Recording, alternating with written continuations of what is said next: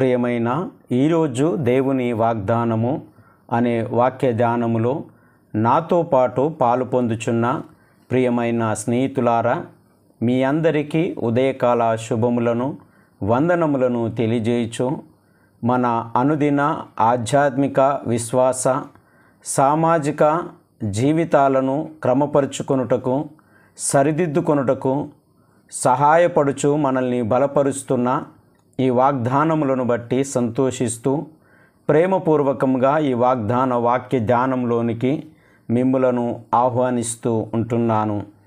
అనేకులతో ఈ వాగ్దాన వాక్య ధ్యానములు పంచుకోవాలని ఆశ కలిగి ఉన్నాను. కాబట్టి ఈ ఛానల్ను ఒకవేళ మీరు సబ్స్క్రైబ్ చేసుకోలేనట్లయితే సబ్స్క్రైబ్ చేసుకోనండి. ఇంకనూ ఈ ఛానల్ను అనేకులకు షేర్ చేసి వారిని కూడా సబ్స్క్రైబ్ చేసుకోమని ఈ యొక్క వాగ్దాన వాక్య ధ్యానములో ముందుకు నడిపించబడుటకు ప్రోత్సాహము అందించవలసిందిగా జ్ఞాపకము చేస్తూ ఉంటున్నాను. ఈరోజు దేవుని వాగ్దానము ఆదికాండము 41వ అధ్యాయము 38, 39 వచనములు. అతడు తన సేవకులను చూచి, ఇతని వలె దేవుని ఆత్మగల మనుషుని కనుగొనగలమా అని అనెను. మరియు ఫరో, దేవుడు ఇదంతయు నీకు తెలియపరచెను గనుక నీ వలె వివేక జ్ఞానములు గలవారెవరును లేరు. ఈ మాటను బట్టి ఈ సర్వ సృష్టిలోని సర్వ మానవుల పట్ల దేవుని సంకల్పము ఉద్దేశము ఏమై ఉన్నది, ఏమై ఉండవలెనని దేవుడు ఆశ కలిగి ఉన్నాడు అనేది మనల్ని ఆలోచింప చేస్తూ ఉంటుంది. దైవజ్ఞాన సంబంధమైనటువంటి మానవ ఆలోచనలు ఏ విధంగా ఉంటాయి, మానవ ఆలోచనలు కలిగినటువంటి జ్ఞానము ఏ విధంగా పనిచేస్తూ ఉంటుంది, వీటి మధ్యన ప్రమాదము ఏ విధంగా ఉంటుంది, ఉపయోగము ఏ విధంగా ఉంటుంది అనే విషయాలు మనల్ని ఈ దినమున ఆలోచింప చేస్తున్నట్లుగా జ్ఞాపకము చేయబడుతూ ఉంటుంది. ఈరోజు ప్రపంచ చరిత్రను, మానవ జీవితాన్ని, మానవ విలువలను మనము గమనించినప్పుడు కొన్ని సంఘటనలు, కొన్ని పరిస్థితులు ఎంతో దుఃఖానికి, బాధలకు, కన్నీళ్లకు కారణమవుతున్నటువంటి పరిస్థితులను మనం చూస్తూ ఉంటున్నాం.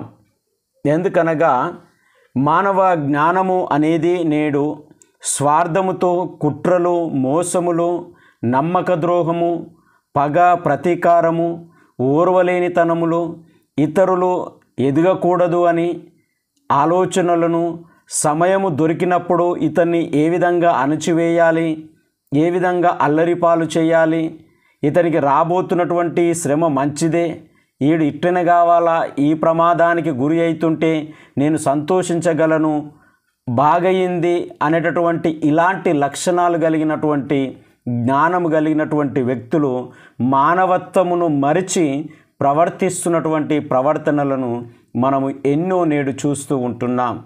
ఈ పరిస్థితులు అనేటివి మానవ జీవితానికి, మానవ మనుగడకే, మానవ ఉపయోగార్థమై ఏర్పాటు చేయబడినటువంటి వ్యవస్థలకే ఎన్నో ప్రమాదకరమైనటువంటి, ఎంతో ప్రమాదాన్ని పొంచి తీసుకొని వచ్చేటటువంటి ఆలోచనలు కలిగినటువంటి వ్యక్తుల మధ్యన నేడు మానవుడు తన జీవనాన్ని కొనసాగిస్తున్నట్లుగా మనము గ్రహించాల్సిన అవసరము ఎంతైనా ఉంది. ఇలాంటి సందర్భంలో ఈరోజు వాగ్దానమును గమనించినప్పుడు కూడా ఈ యొక్క వాక్య భాగమును మనం గమనిస్తూ ఉంటే అక్కడ ఫరోకు ఒక కళ వచ్చినట్లుగా మనకు ఈ అధ్యాయాలకు పూర్వం మనం గమనిస్తూ ఉంటాం. ఆ అధ్యాయాలకు పూర్వం గమనించినటువంటి సంఘటనను బట్టి కళాభావము ఏమై ఉండవచ్చును, ఎందుకు నాకు ఇక కళ రావలసిన అవసరం ఏర్పడ్డది, దీని ద్వారా వచ్చే ప్రమాదము ఏమిటి అని అర్థము కాలేనటువంటి పరిస్థితిలో ఉంటుండగా, ఇదిగో చెరసాలలో వేయబడిన, అన్యాయముగా అణచివేయబడిన, లేదా అన్యాయము చేయబడిన, లేదా బానిసగా బ్రతుకుతూ ఉంటున్నటువంటి, ఖైదీగా ఉన్నటువంటి యోసేపు దగ్గరికి సమాచారం వెళ్ళింది. నేను ఖైదీలో ఉన్నాను, నన్ను వీరు హింసించినారు, వీరు గాయపరిచినారు, అన్యాయంగా జైల్లో పెట్టినారు, నన్ను బ్రతకడానికి స్వేచ్ఛ లేకుండా చేసినారు అనే కపటముతో, కుట్రతో, మోసపూరితమైనటువంటి స్వార్థముతో ఇతడు ప్రవర్తించడము లేదు. కానీ ఏ సంఘటన గురించి కలభావము వచ్చిందో ఆ కలభావమును వివరించడానికి, తాను హింసించబడుతున్నాను, అన్యాయం చేయబడుతున్నాను, ఆ దేశానికి ఏమైతే నాకేంటి, ఆ వ్యక్తికి ఏమైతే నాకేంటి, ఆ కుటుంబానికి ఏమైతే నాకేంటి, ఆ విపత్తు వచ్చి బాగుంటుంది, వారు అట్టనే నాశనం కావాలా, వారు అట్టనే పాడు కావాలనేటటువంటి ఆలోచన లేనటువంటి నిస్వార్థమైనటువంటి వ్యక్తిగా, మానవ జ్ఞానానికి అతీతమైనటువంటి దైవ జ్ఞానంతో నింపబడినటువంటి వ్యక్తిగా ఈ సందర్భంలో మనకు యోసేపు పరిచయం చేయబడుతూ ఉంటున్నాడు. అందుకే అక్కడ ఉన్నటువంటి ఆ దేశపు జ్ఞానులందరిని పిలిచినారు. ఎవరు కూడా ఈ కలభావము చెప్పలేకపోయినారు. కానీ చెరసాలలో ఉండి ఇదిగో ఒక వ్యక్తికి జరిగినటువంటి కలభావమును చెప్పినప్పుడు, అతని కలభావము ద్వారా నేను ఇది నా జీవితంలో జరిగింది అనేటటువంటి అనుభవాన్ని రాజుకు పరిచయం చేసినప్పుడు, ఆ చెరసాలలో ఉన్నటువంటి యోసేపును బయటకు తీసుకుని వచ్చి కలను వివరించినప్పుడు కలభావమును చెప్పుచు, అయ్యా, దేశం మీదకి ఒక ప్రమాదం రాబోతూ ఉంటుంది, ప్రజలు ఆకలితో అలమటించేటటువంటి పరిస్థితులు ఏర్పడతాయి, జనజీవనం స్తంభించిపోతుంది, మానవ మనుగడకే, దేశ అభివృద్ధికే విఘాతము కలిగించేటటువంటి సంఘటనలు దేశం మీదకి రాబోతూ ఉంటున్నాయి, ఇది చాలా ప్రమాదకరము అని తెలియజేసినటువంటి నిస్వార్థపరుడండి. ఇది దైవ జ్ఞానమే కానీ మానవ జ్ఞానము కాదు అనేది ఈ ఉదయకాల సమయమున నేను జ్ఞాపకం చేస్తూ ఉంటున్నాం. ఒకవేళ మనమే ఆ స్థానంలో ఉంటే, మనల్ని హింసించిన వారికి, మనల్ని గాయపరిచిన వారికి, మనల్ని చెరసాలలో వేసినటువంటి వారికి, మనల్ని అన్యాయం చేసినటువంటి వారికి, మన జీవితాన్ని నాశనం చేయాలనేటటువంటి ఉద్దేశించినటువంటి వ్యక్తులకు మనం ఈ విధమైనటువంటి సహాయం చేయటటువంటి ఎదుగుదల జ్ఞానము మనకు లేదు అనేది సత్యమండి. ఇది మానవ జ్ఞానానికి మించినటువంటిది, మానవ జ్ఞానానికి అతీతమైనటువంటిది.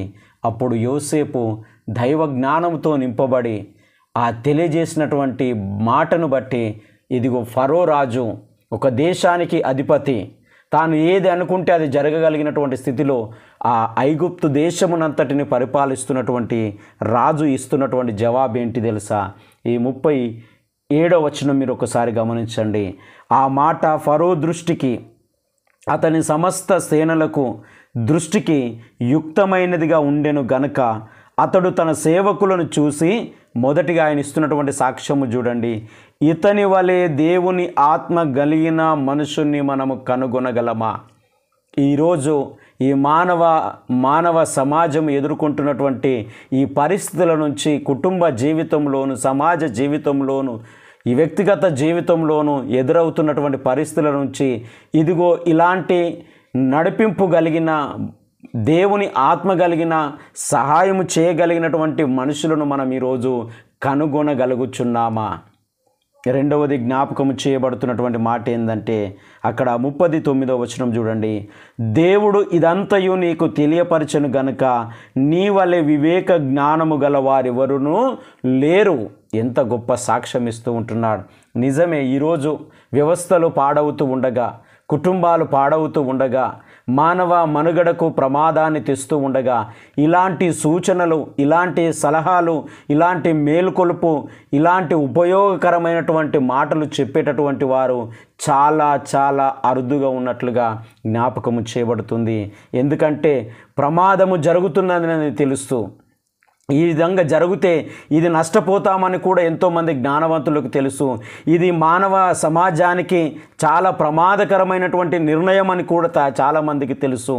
కానీ ఏ ఒక్కరూ నోరు విప్పట్లేదు. ఎందుకంటే అతనిలో స్వార్థం ఉందో, అతనిలో కుట్రపూరితమైన, మోసపూరితమైన, నమ్మకద్రోహ, పగ, ప్రతీకారాలు, ఓర్వలేనితనము, లేదా ఎవరికి ఏమైతే నాకేంటి అనేటటువంటి తత్వాలు కలిగినటువంటి వ్యక్తిత్వాలే ఈరోజు ఇలాంటి దైవ జ్ఞానము కలిగినటువంటి జ్ఞానమును కూడా మానవ జ్ఞానముతో ఇదిగో దుర్వినియోగం చేస్తున్నటువంటి వారు ఎందరో లేకపోలేరు అనేది జ్ఞాపకము చేయబడుతూ ఉంటుంది. కాబట్టి తద్వారా దైవ జ్ఞానం ద్వారా గ్రహించినటువంటి రాబో విపత్తును, జరగబోయేటటువంటి ప్రమాదమును గురించి తెలియజేసినప్పుడు వారు ఏ విధంగా తమ దేశాన్ని, తమ ప్రజలను, మానవ జీవితానికి ప్రమాదం పొంచినటువంటి సంఘటనను ఏ విధంగా వాళ్ళు కాపాడుకోగలిగినారో జ్ఞాపకం చేయబడుతుంది. నిజమే ప్రియమైన, ఈరోజు వాగ్దానము అనే వాక్యదానంలో పాలు పొందుచున్నటువంటి స్నేహితులారా, కొందరి జీవితాలలో, కొన్ని కుటుంబాలలో, సమాజంలో జరుగుతున్నటువంటి విపత్తులను, ప్రమాదములను గురించి మనకు ఒకవేళ తెలిసినట్లయితే మనము ఏ విధంగా స్పందిస్తూ ఉంటున్నాం, ఏ విధంగా సహాయం చేయగలుగుతున్నాం, ఏ విధంగా దైవ జ్ఞానముతో మన మానవ కుట్ర కుతంత్రాలకు కలిగినటువంటి జ్ఞానమును వదిలి మానవత్వము కలిగినటువంటి జ్ఞానముతో మనల్ని వారికి సహాయం చేయగలుగుతున్నామా, మేల్కొల్పగలుగుతున్నామా, మనల్ని మనం పరిశీలించుకున్నటకు దేవుడి మాటలు దీవించి ఆశీర్వదించును గాక. పరిశుద్ధుడా, ప్రేమగల తండ్రి, దిన దీవెనలను బట్టి మీకు వందనాలు చెల్లిస్తూ ఉంటున్నాం. నిజమే ప్రభువా, మేము మానవ జ్ఞానమును ఆధారం చేసుకొని ఎన్నో ప్రమాదకరమైనటువంటి పరిస్థితులకు, ఎన్ని విషయాలు మాకు తెలిసినప్పటికీ తెలియజేయకుండా కుట్ర కుతంత్రాలతో, స్వార్థముతో జీవిస్తూ ఎంతోమంది జీవితాలకు విఘాతకమైనటువంటి వ్యక్తులుగానే మిగిలిపోతున్నామా? ఇది ప్రమాదము అని తెలిసినప్పుడు సహాయం చేస్తూ మానవ జీవితాలను మేల్కొల్పుతూ వారిలో మానవత్వము నిలపగలిగినటువంటి వారిగా మేము నిలబడగలుగుచున్నామా అనే ఆలోచన మా ముందుంచి మమ్మల్ని ఆలోచింపచేస్తున్నందుకు మీకు వందనాలు చెల్లిస్తూ ఉంటున్నాం. ఒకవేళ మేము తప్పిదములు చేసినట్లయితే కనికరించి క్షమించి దైవ జ్ఞానముతో కలిగినటువంటి వ్యక్తులుగా ప్రవర్తించుటకు సహాయం చేయమని, దిన దీవెనలతోనూ ఆశీర్వాదములతోనూ ప్రతి బిడ్డను దీవించి ఆశీర్వదించి, పంట పొలాలను, పాడి పశువులను, ఉద్యోగ రాకపోకలందు నీ సన్నిధిని కాపుదల నుంచుమని యేసయ్య పరిశుద్ధ నామమున ప్రార్థించడిగి వేడుకొనుచున్నాము తండ్రి. త్రియక దేవుని యొక్క దీవెన, ఆయన నిత్య సమాధానము మనందరికీ తోడు నుండి దీవించి ఆశీర్వదించును గాక. ఆమేన్.